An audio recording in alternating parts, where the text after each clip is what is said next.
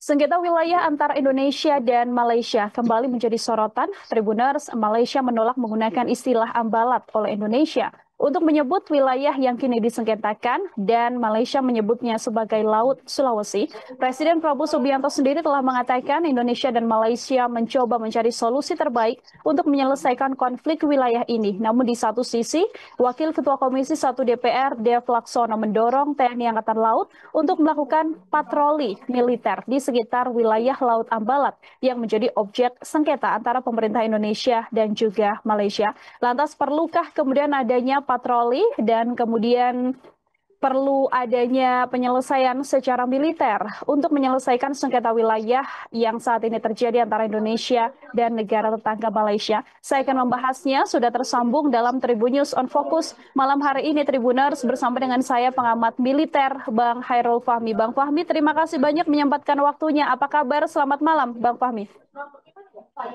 Alhamdulillah, selamat malam, kabar baik. Baik, terima kasih banyak Bang Fahmi. Satu diskusi kita dalam Tribun News on Focus malam hari ini adalah mengenai eskalasi sengketa wilayah antara Indonesia dan juga Malaysia yang belakangan juga kembali mencuat. Saya ingin minta pengantar terlebih dahulu dari Bang Fahmi, bagaimana melihat sengketa wilayah yang terjadi ini? Apakah ini adalah sengketa yang cukup serius dan kemudian bisa masuk dan dikhawatirkan juga terjadi secara militer, Bang? Silahkan. Yang terjadi di Ambalat ini kan bukan dispute atau sengketa baru ya, tapi eskalasi wacana lama yang berulang gitu ya. Nah, kalau kita tahu Blok Ambalat ini kan kawasan landas kontinen memang di Laut Sulawesi yang secara hukum diklaim sebagai bagian dari yurisdiksi Indonesia ya berdasarkan UNCLOS 1982 dan Perpres 9 tahun 2022 tentang penetapan batas ZEE ya. Tapi sejak 2002 Malaysia juga memang kita tahu mengklaim wilayah ini ya, bahkan sempat memberi konsesi eksplorasi migas pada Shell dan Petronas gitu ya. Kemudian juga terjadi beberapa insiden antara kapal angkatan laut kita dengan kapal tentara laut Malaysia. Nah, itu juga beberapa kali terjadi. Kemudian yang muncul sekarang sebenarnya kan klaim verbal ya, bukan tindakan militer atau tindakan diplomatik langsung ya. Tapi karena ini menyangkut kedaulatan dan persepsi publik ya, tentu saya kira pemerintah Indonesia perlu merespon secara tegas dan terukur begitu. Kalau menanggapi dorongan dari anggota DPR RI yang meminta agar ada ketegasan dari TNI begitu ya, bahkan sampai pengerahan pasukan militer ke wilayah perbatasan tersebut. Kalau menurut Bang Fahmi, apakah ini langkah yang sebenarnya juga bisa dilakukan atau justru dengan adanya pengerahan pasukan beresiko juga memprovokasi konflik lebih jauh, Bang? Ya, sebenarnya kehadiran TNI AL di kawasan Ambalat ini selama ini sudah berjalan ya dan sudah cukup kuat saya kira sebenarnya ya. Kita punya pos TNI AL di Nunukan dan Sebatik, kemudian juga unsur kapal perang yang rutin patroli di perairan Ambalat dan sekitarnya. Jadi sebenarnya saya kira pertanyaannya bukan sekedar perlu atau tidak menambah kekuatan gitu ya, tapi bagaimana memastikan kehadiran itu berlangsung secara konsisten, profesional, kemudian tidak menimbulkan provokasi tadi. Nah, saya kira makanya kemudian kalau diperlukan penambahan kekuatan itu memang bisa menjadi opsi deteren, tapi juga saya kira ada langkah yang lebih strategis, misalnya soal bagaimana meningkatkan kehadiran secara efektif dan legal, kemudian bagaimana mengintegrasikan unsur militer, diplomatik, kemudian pembangunan wilayah dalam satu kerangka kebijakan perbatasan yang berkelanjutan. Saya kira itu yang lebih penting untuk dilakukan ya hari ini ketimbang kita merespon katakanlah apa tadi klaim verbal tadi dengan secara reaktif dan emosional gitu. Oke, diplomasi militer yang jauh lebih penting menurut Bang Fahmi ya untuk kemudian bisa berperan penting dalam meredam potensi benturan yang terjadi atas sengketa wilayah ini. Kita tahu Bang Fahmi, ini kan Presiden juga beberapa kali sudah bertemu dengan Perdana Menteri Malaysia begitu ya. Tapi memang konflik ini tidak kunjung menemui penyelesaian. Setelah kemarin juga ada kesepakatan kerja antara Presiden Prabowo dengan Perdana Menteri Malaysia terkait pengelolaan bersama wilayah Laut Ambalat di Laut Sulawesi ini. Apakah hal ini dianya cukup untuk menjadi win-win solution atau apa yang sedianya bisa dilakukan begitu ya oleh kedua belah pihak untuk menyelesaikan persoalan ini, Bang? Iya, sebenarnya kan memang kita memang selama sejauh ini sudah berupaya mengedepankan istilahnya eh, pendekatan damai ya dan kolaboratif yang komprehensif dalam penyelesaian sengketa Barat ini. Ya. Pendekatan ini kemudian menekankan dialog diplomatik, kerjasama teknis, kemudian juga penanganan perselisihan secara bertanggung jawab tanpa memicu ketegangan di kawasan. Itu yang saya kira sudah disadari dan disepakati oleh kedua belah pihak ini. Kemudian tapi di sisi lain memang apa namanya kita harus akui bahwa resiko untuk adanya ketegangan konflik yang lebih besar eskalasi konflik itu selalu ada ya selama persoalan ini belum terselesaikan gitu ya. Tapi saya kira sejauh ini masih bisa terkendali dan relatif risiko itu menjadi sangat kecil selama memang kedua negara mengedepankan komunikasi gitu ya. Indonesia, kita tahu Indonesia Malaysia ini punya sejarah panjang hubungan bilateral yang sangat yang kuat walaupun punya kompleksitas tapi iya tetap kuat gitu ya. Walaupun terjadi perubahan pemerintahan di kedua negara tapi kita masih optimis bahwa hubungan bilateral kita ini meskipun kompleks tapi tetap kuat gitu. Karena kita lihat kita punya mekanisme komunikasi militer bilateral, kemudian punya forum-forum high level committee yang antara Malaysia dan Indonesia. Kemudian juga secara militer kita juga punya kesepakatan yang terkait dengan latihan gabungan, patroli terkoordinasi, yang disebut Patrol Malindo, itu. Kemudian juga jalur diplomasi strategis antara Kementerian Luar Negeri dan Kementerian Pertahanan kedua negara juga berjalan dengan baik. Jadi saya kira ketegangan di Ambalat ini ya masih sangat mungkin ditangani secara diplomatik seimbang pendekatan konfrontatif gitu ya. Bahkan kalau kita lihat dari insiden sebelumnya tahun 2005, 2009 dan ketegangan kan justru berhasil diredam melalui komunikasi ketat antar militer mil to mil militer ke militer gitu ya. Itu tensi dan potensi eskalasi bisa diturunkan dengan sangat cepat. Nah, cuman kita juga sebenarnya memiliki sedikit problem traumatik gitu ya karena publik juga memahami bahwa kita pernah kehilangan Pulau Sipadan dan Lubutan sehingga ada kekhawatiran yang membekas gitu ya di kalangan masyarakat kita, publik gitu ya. Dan saya kira kekhawatiran itu wajar dan harus jadi pelajaran kolektif. Kita pernah kalah dalam kasus Sipadan kita di Mahkamah Internasional. Tapi saya kira itu bukan karena sekedar klaim lemah secara geografis, tapi karena memang Malaysia dinilai lebih aktif secara administratif dan pengelolaan wilayah. Mereka bangun mercusuar, ada patroli rutin, kemudian mereka juga menunjukkan effective occupation gitu ya. Sehingga tentu ada harapan publik bahwa Ambalat ini jangan sampai dejavu gitu ya, sampai jangan sampai mengulang mimpi buruk masa lalu gitu ya. Sehingga ya wajar jika ada kemudian ada harapan-harapan dan desakan-desakan dari baik dari kalangan politisi maupun dari kalangan masyarakat.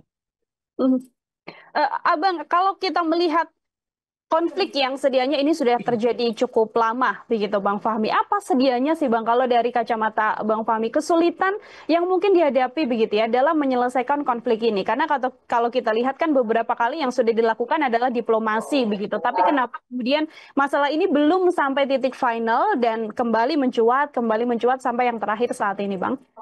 Ya, di manapun ya konflik perbatasan, konflik, sengketa wilayah itu selalu apa namanya memiliki kompleksitas gitu ya. Dan ini bukan sesuatu yang bukan sesuatu yang berlarut sebenarnya, tapi memang dibutuhkan kehati-hatian, dibutuhkan apa namanya kecermatan juga bagi masing-masing negara yang bersengketa ini juga mereka juga membutuhkan apa namanya rencana-rencana strategis untuk sampai dengan upaya penyelesaian yang di mana mereka tidak dirugikan gitu.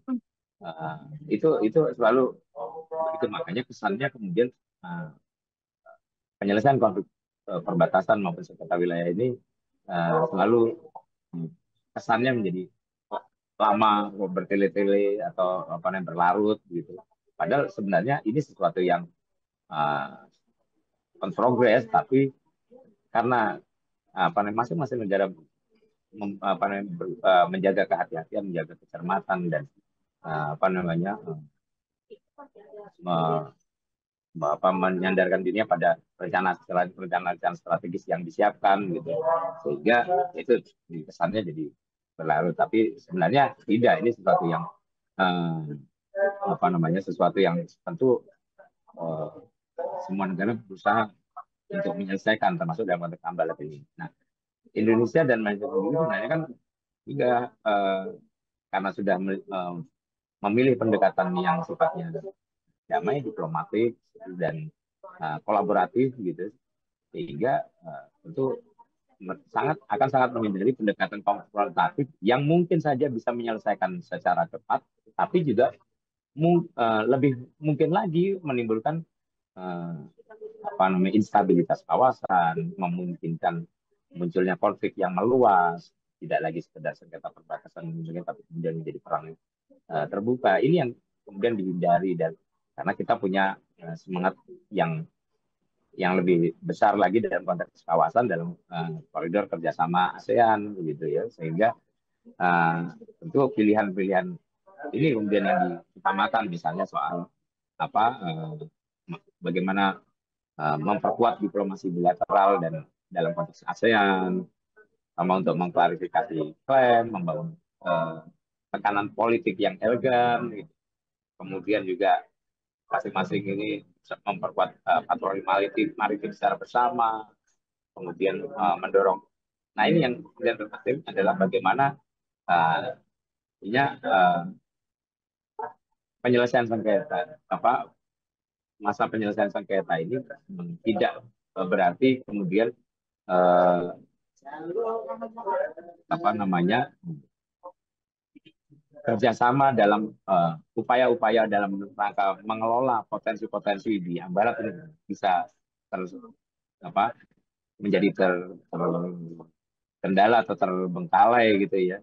Nah, makanya kemudian dipilih pendekatan-pendekatan yang sifatnya kolaboratif tadi untuk bisa meskipun sengketanya belum terselesaikan, tapi kita masih berpeluang untuk secara bersama memanfaatkan potensi-potensi di Ambalat ini. Saya kira opsi yang lebih baik daripada opsi konfrontatif tadi. Kita bisa misalnya ya mengelola apa namanya ya misalnya potensi migas dan sebagainya yang saat mungkin untuk dikelola bersama. Artinya sejauh ini kalau dari penilaian Bang Fahmi, sikap yang ditunjukkan oleh pemerintah Indonesia untuk menyelesaikan konflik ini masih on the track ya Bang ya? Masih on the track ya, saya kira masih sangat on the track, dan kolaborasi ini saya kira tidak tidak melemahkan posisi Indonesia gitu ya. Kolaborasi ini justru saya kira ini instrumen diplomasi cerdas gitu ya. Pertama karena bisa menghindarkan konflik terbuka, kemudian bisa menciptakan saling pengertian, kemudian yang terakhir ya bisa menstabilkan kawasan. Tapi tentunya tadi ya kolaborasi tidak boleh jadi kompromi atas kedaulatan. Nah, artinya terkait dengan klaim verbal yang disampaikan oleh pejabat Malaysia itu, ya saya kira kita tetap harus pertama menegaskan penolakan terhadap klaim terhadap setiap klaim sepihak. Kedua, kita tetap harus apa namanya berupaya menegakkan batas-batas hukum internasional. Tapi ya, kita juga tadi mengelola perbedaan ini dengan cara yang dewasa, terukur, strategis, gitu ya, tidak dalam batas yang reaktif. Nah, sederhananya ya kita harus ya apa namanya tegas dalam prinsip, terbuka dalam pendekatan, tapi juga kuat dalam pengelolaan. Itu yang membedakan kemudian uh, respon kita respon kita dengan respon dari apa namanya negara-negara yang selama ini memilih pendekatan reaktif dan konfrontatif dalam penyelesaian sengketa wilayah batasannya. Oke, sejauh ini masih on the track untuk kemudian sama-sama mencari solusi dengan kepala dingin ya, Bang Fahmi ya, tanpa Ya, betul. tasik yang ada di wilayah yang disengketakan ini. Kemudian Bang Fahmi, kalau kita melihat begitu ya, jika bukan pengerahan pasukan, dan kita juga harus berkaca dari yang sebelumnya sudah terjadi, Sipa dan Legitan yang tadi juga disebutkan oleh Bang Fahmi, menurut Bang Fahmi strategi pertahanan alternatif apa yang kemudian bisa dilakukan begitu ya oleh Indonesia selain yang memang sekarang ini sudah terjadi untuk adanya kerjasama bersama dalam sisi ekonomi dan sebagainya. Adakah hal lain strategi yang mungkin juga bisa dilakukan, Bang? Ya tadi ya, saya kira kita tetap harus menjaga kehadiran kekuatan TNI, ya, terutama TNI AL secara intensif. Ya, artinya jangan sampai kendor. Kalau tadi sampaikan bahwa Komisi 1 DPR misalnya minta pemerintah untuk eh, menggelar patroli dan sebenarnya itu kan sudah terlaksana kan selama ini. Sehingga yang kita eh, harus pastikan adalah bahwa ini sesuatu yang dilakukan secara intensif, ya, artinya terus-menerus dan kelanjutan gitu ya. Kemudian yang kedua, saya kira juga eh, pemerintah, termasuk pemerintah daerah dalam ini ya perlu lebih aktif lagi ya membangun kawasan pesisir dan pulau terluar ya dalam konteks ini ya di yang di perairan Ambalat ini ya pulau terluar ada kan Sumbatik ini juga perlu di uh, terus dibangun, terus diperkuat gitu ya. Kemudian saya kira penguatan basis sosial dan ekonomi masyarakat setempat sebagai bukti kehadiran negara juga ini harus dilakukan supaya kita uh, tidak sampai terlibat pada ini ya apa namanya mungkin wilayahnya bisa uh, kita kita kita ambil kita pertahankan tapi secara kebangsaan warga masyarakatnya tidak merasakan kehadiran negara gitu itu yang jangan sampai terjadi juga gitu sehingga hal-hal itu ya yang saya kira perlu dikedepankan supaya tadi ya apa yang pernah terjadi masa lalu misalnya lepasnya pada ligitan ini uh, tidak terulang gitu ya tidak terulang dan kita bisa uh, mendapatkan bisa mempertahankan kedaulatan kita secara penuh gitu di wilayah perairan Bala ini. Oke, baik. Terakhir dari saya, Bang Fahmi, adakah mungkin resiko terburuk begitu ya, yang mungkin terjadi dalam sengketa wilayah ini kalau mungkin situasinya belum juga meredam dan upaya-upaya diplomasi militer juga belum juga membuahkan hasil? Resiko terburuknya akan seperti apa, Bang? Sejauh ini kalau ya resiko terburuk tentu ya adalah terpecahnya apa namanya terjadinya konfrontasi ya. Artinya ada eskalasi dan kemudian uh, dilanjutkan dengan insiden perbatasan itu saya kira resiko terburuk. Tapi sejauh ini resiko itu saya kira sangat kecil ya karena uh, melihat uh, cukup harmonisnya belakang apa namanya kedua negara gitu selama ini walaupun ya saya kira sentimen-sentimen itu masih ada, tapi saya kira dalam konteks hubungan bilateral itu masih sangat sangat kuat jadi resiko terburuk tadi saya kira masih sangat kecil gitu. Ya kita sendiri di dalam negeri tentu harus bisa memberikan apa namanya keyakinan pada publik bahwa apa namanya kita tetap harus tenang dan cerdas dalam merespon situasi yang terjadi hari-hari ini. Masih jauh untuk kemudian kita melihat adanya konfrontasi langsung di wilayah sengketa karena memang upaya-upaya diplomasi militernya masih cukup bagus ya Bang Fahmi ya, dan kita juga berharap Ya, agar ya, situasi itu atau situasi konfrontasi langsung ini juga tidak terjadi seperti itu. ya, ya, artinya ini Ambalat ini bukan soal militer aja ya, ini juga ujian memang bagi ketegasan diplomasi, ujian bagi kualitas tata kelola perbatasan, ujian bagi kesadaran kolektif kita sebagai warga negara, gitu ya. Jadi kita dukung, saya kira kita dukung penegakan kedaulatan ya oleh pemerintah, oleh TNI, tapi dengan tetap saya kira tetap waras dalam nasionalisme, kritis dalam memahami strategi negara, tapi dan juga jangan terpancing provokasi, jangan, tapi di sisi lain juga jangan lengah gitu ya. Artinya ini memang sesuatu yang harus dipahami secara sehat dan cerdas gitu ya, supaya kita tidak terjebak pada pendekatan apa namanya pada konfrontasi yang kemudian justru bisa merugikan kedua belah pihak, merugikan kawasan dan merugikan masyarakat gitu ya, supaya apa namanya situasi di apa kawasan Asia Tenggara ini juga bisa tetap stabil, tetap apa namanya tetap meskipun dinamis tapi tetap apa namanya memiliki peluang untuk terus bertumbuh dan menjadi makin positif di masa depan gitu. Oke, baik. Jadi tidak boleh lengah, tapi juga jangan sampai terpancing provokasi atau konfrontasi yang ada, karena kita tujuannya juga agar ada solusi yang terbaik untuk konflik sengketa yang terjadi ini. Luar biasa sekali. Terima kasih banyak Bang Fahmi untuk kesempatannya malam hari ini berdiskusi bersama dengan saya dalam Tribunnews Fokus. Semoga di lain kesempatan ada waktu kembali bisa berdiskusi bersama dengan Bang Fahmi. Sekali lagi terima kasih banyak. Selamat malam dan selamat beraktivitas kembali, Bang Fahmi. Selamat malam. Ya, Tribuners, demikian obrolan saya bersama dengan pengamat militer, Bang Hairul Fahmi dalam Tribunnews on Focus malam hari ini. Nantikan obrolan saya dengan sejumlah narasumber lain dan tema-tema lain hanya dalam Tribunnews on Focus. Sekarang waktunya Nila Irda untuk pamit undur diri. Terima kasih banyak dan sampai jumpa. Selamat malam. Download Tribun X sekarang. Menghadirkan lokal menjadi Indonesia.